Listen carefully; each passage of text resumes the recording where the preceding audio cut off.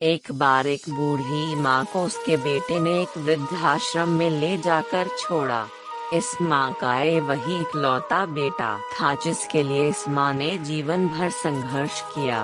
इस बेटे के लिए वो सब कुछ किया जो एक माँ को करना चाहिए या माँ कर सकती है, और आज भी अपने बेटे को किसी भी तरह की परेशानी ना हो इसलिए आश्रम में रहने के लिए भी तैयार हो गई।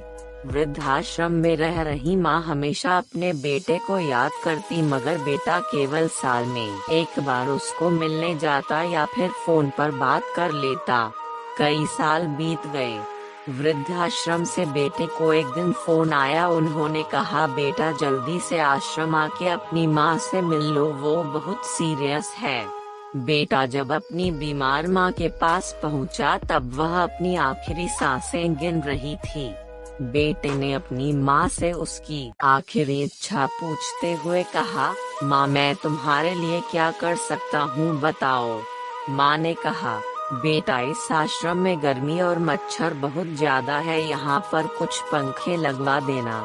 फ्रिज ना होने की वजह से यहाँ पर हम बूढ़ों को कई बार भूखे पेट ही सोना पड़ता है, क्योंकि किसी ने दिया हुआ खाना खराब होने से नहीं बचा पाते।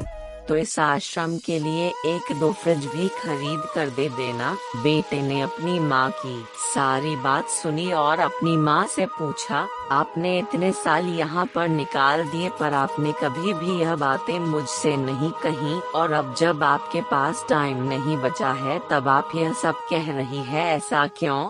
माँ ने बेटे को जवाब देते हुए कहा, बेटा मैंने गर्मी, भूख और पीड़ा सहन कर ली, लेकिन मुझे पता है जब तेरे बच्चे तुझे यहाँ पर छोड़कर जाएंगे तब तू यह सब सहन नहीं कर पाएगा, इसीलिए तेरी सुविधा के लिए मैं तुझे यह सब लगाने के लिए कह रही हूँ।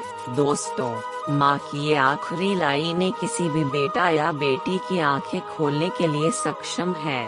इतिहास हमेशा अपने आप को दोहराता है। अगर आप चाहते हैं कि आपके साथ अच्छा व्यवहार हो तो आपको भी दूसरों के साथ वैसा ही व्यवहार करना पड़ेगा।